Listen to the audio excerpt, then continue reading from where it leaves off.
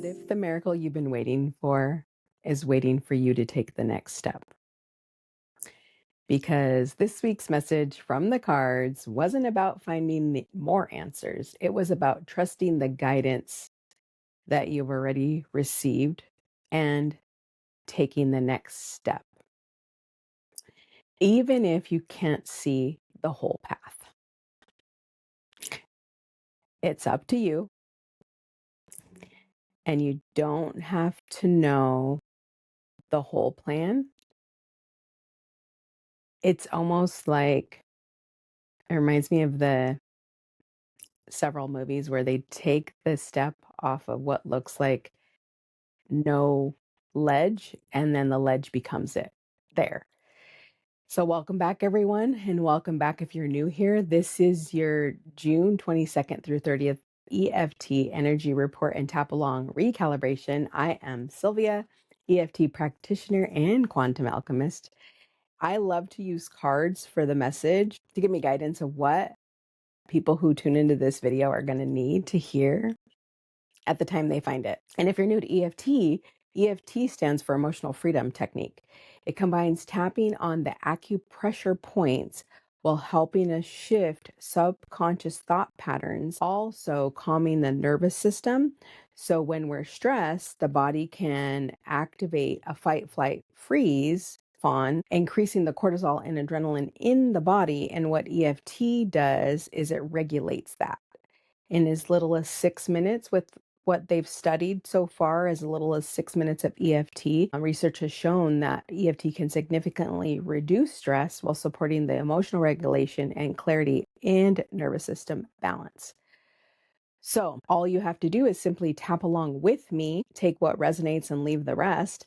But what I like to do is get people out of the mind and into the body. So take a quick moment and notice your body and feel what feels a little tight, what feels a little stiff, what feels a little heavy, what feels maybe stuck. And then notice if you're holding any tension anywhere, what number would you give it? 0 being least intense, 10 being the most intense. And if it was emotional, stress, tightness, what would that be from 0 to 10? 10 being the most extreme. So no overthinking, no story about it, just noticing in the body where it's at. And then once you've clocked it, we're going to open up our crystal portal. If you're new here, I like to open up a crystal portal to send energy that letting go of. And we're opening with our finger or a crystal point if you have one. And I like to do it clockwise on the floor. And I visualize a white tube like you do at the bank where it shoots down the money to the teller. So we call in our guides, our angelics, our ascended ancestors, and ascended masters to assist us with this tapping, letting go what no longer serves us with this tapping. And we're going to go straight into the karate chop point. Even though part of me keeps looking for some answers, I honor where I am and I remain open to trusting myself. It's right here on the side. Even though most of me wants to see the whole plan before taking the next step, I honor where I am and I remain open to moving forward. I like to make fun of myself. It's laughable. Even though I am comfortable giving support, more comfortable giving support than receiving it, I honor where I am and I remain open to receiving the blessings available to me. Eyebrow point, which is at the divot of the eyebrow. Part of me feels like I need to keep looking for answers. Side of the eye, which is where the eyeliner wing would be. Part of me doubts what I've already been shown under the eye. Part of me, right, like looking forward at the people, part of me thinks I need to wait for more certainty. Under the nose, part of me is afraid to take the next step. Chin, I've been looking outside of myself for all these confirmations. Collarbone, which is just the divots all the way to the bra straps. And I've been questioning my gifts and my path. Under the arm, about 4 inches below the armpit, part of me worries that I'll get it wrong. Top of the head, part of me doesn't fully trust what's already unfolding. And then we're going to go to round 2, taking a deep breath, remembering to let it go down the portal. What if guidance that I have been receiving is meaningful? Side of the eye. Clarity may already be available to me. Under the eye. Perhaps I don't need to know every answer before I begin. Under the nose. What if the next step is enough for me now? Chin. My unique gifts matter. Collarbone. Perhaps the blessings are already gathering behind the scenes. Under the arm. What if I am more supported than I realize? Top of the head. And I can trust what's unfolding. Taking a deep breath. Round 3, affirmations. What if I already know more than I think that I do? Anybody else finding that out? Side of the eye. What if the guidance I've received is leading me exactly where I need to be? Under the eye. What if my unique gifts matter more than I've realized? Under the nose.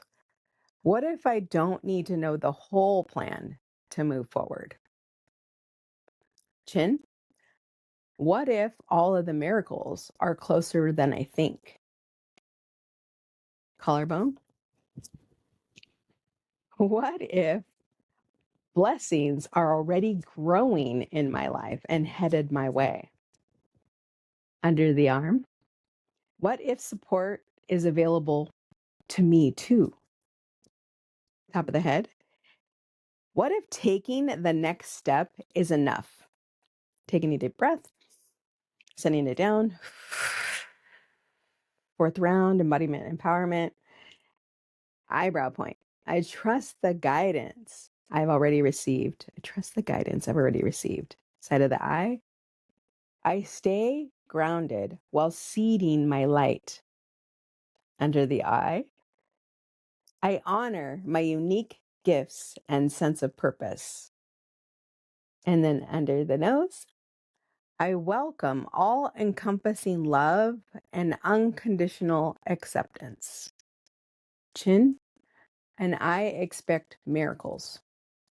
I expect miracles with ease and grace. Collarbone. I allow myself to receive all these blessings growing in my life. Under the arm. And I trust that I am supported. I trust that I am supported. Top of the head. It's up to me to take the next aligned step, because then source, creator, angels, universe can match your step. Third eye. So be it, and so it is. Thank you, thank you, thank you. It is done. It is done. It is done. Taking a deep breath, sending it down. We're going to notice the body again, taking that breath one more time. Noticing in the body if it shifted that spot that we gave a number to earlier from 0 to 10. Where is it at now? If anything remains there. Now we're letting anything else go. With our crystal point, we're going to close the crystal portal, go clockwise on the floor, and we're going to close it. We're going to thank our guides and angels to clear out anything from our DNA and our cells and our bodies that needs to go down this portal with every breath today to be let go. Thanking our guides, our angels, our ascended ancestors, our ascended masters to take this and transmute it and turn it into peace, love, harmony, balance, ease, grace, joy, abundance, prosperity. And remember, this week wasn't about finding more answers. It was about trusting the guidance that you've already received and then taking the next best step. And if you're not sure and you're in your mind, you need to take a deep breath and get into your heart, and your heart can guide you because that'll lead you the right way. So the messages came from the cards, if you've never watched any of my videos before. So selenite came up as a crystal of the week, which gives us clarity, happiness, peace. And sometimes it's just one thing arriving one step at a time, right? The next one is the heart of source. It reminds us that encompassing love, unconditional love, acceptance, serenity. What would change if you stopped holding those qualities from yourself? Many of us are so good at handing out these qualities to others, but what would change if you gave it to yourself? The next one I've never got this card. I was so excited is Holy Spirit. Holy Spirit encourages us to expect miracles, not because we know exactly when they'll arrive or what they will be, but just because we are remaining open and allowing them to arrive and being open to the possibilities that what we can currently see is not everything that's happening. Where have you stopped expecting good things to happen? I guess that would be the good question. Where have you stopped allowing those miracles to happen from the Holy Spirit? The next one was Star Keeper, which reminds us, this one. Star Keeper reminds us to see the light by staying grounded. Spiritual growth isn't always about escaping life, it's about bringing more of your light into it. So, what helps you stay grounded while sharing your gifts? Is that being in nature? Is that dancing? Is that having a blast with the kids?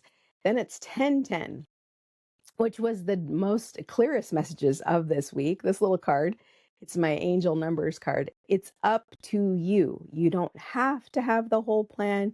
You do not need to know every step for the plan. Just take the first step and let the universe, source, your angels and guides lay out that path for you. And the next step will be shown to you. And harvest, I was like, holy crap, we got harvest, blessings, Holy Spirit. This is amazing. I was so excited. Harvest speaks about gathering blessings, and it's number 44, angel number, right?